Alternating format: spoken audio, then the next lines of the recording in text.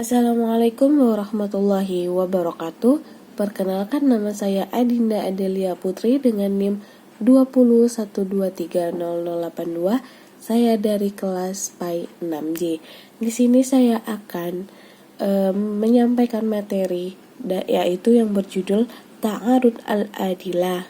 Baiklah, sebelum saya memulai melanjutkan atau menjelaskan materi, di sini saya akan memberikan sebuah pantun yang yaitu pohon kelapa tumbuh menjulang, buahnya jatuh dekat pematang. Ta'arud al-Adilah akan kami terangkan, semoga mudah dipahami.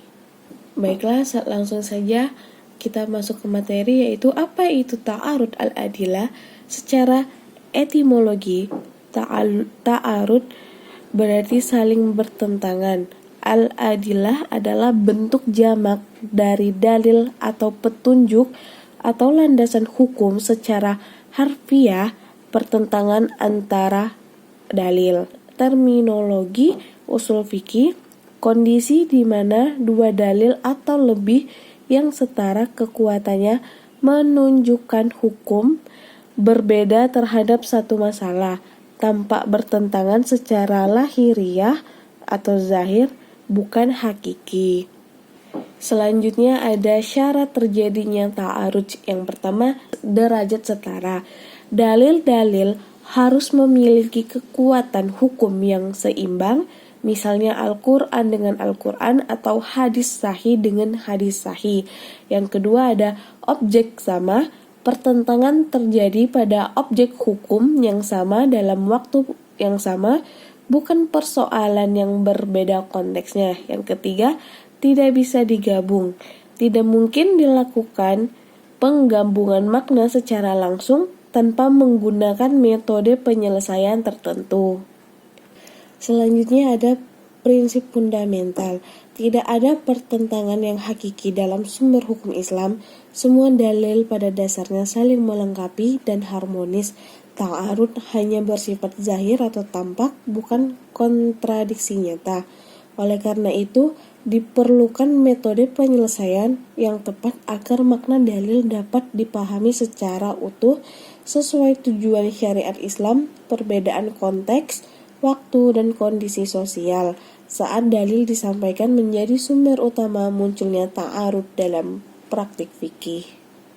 Selanjutnya macam-macam ta'arud al-Adilah. Yang pertama, Al-Quran versus Al-Quran, saling bertentangan, sangat jarang ditemukan. Yang kedua, hadis versus hadis, contoh hadis A versus hadis B, paling sering ditemukan. Yang ketiga, Al-Quran versus hadis, utamakan Al-Quran karena Al-Quran wajib didahulukan.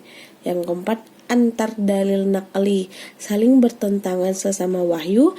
Yang kelima ada nakli versus akli, timbang dalil, pertentangan wahyu dan akal. Keenam ada berdasarkan kekuatan, ada yang sama kuat atau berbeda kuat, tingkat kekulaan berbeda atau tiau setara. Klasifikasi berdasarkan sumber. Ulama usul fikih mengklasifikasikan ta'arud berdasarkan sumber dalil dan kekuatannya.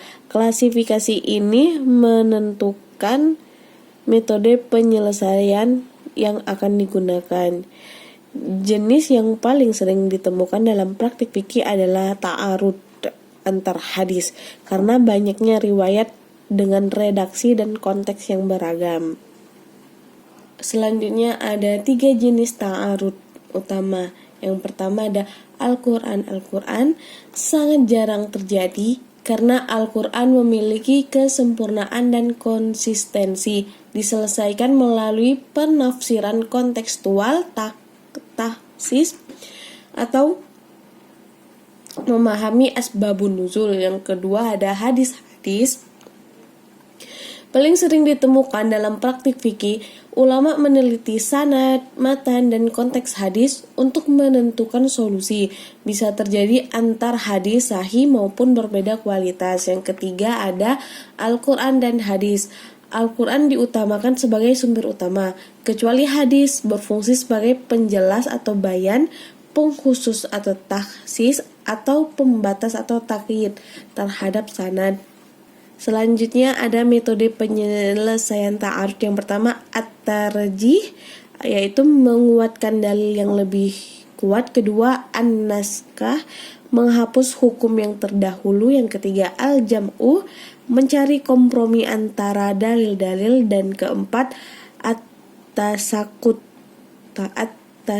menggunakan kedua dalil yang bertentangan.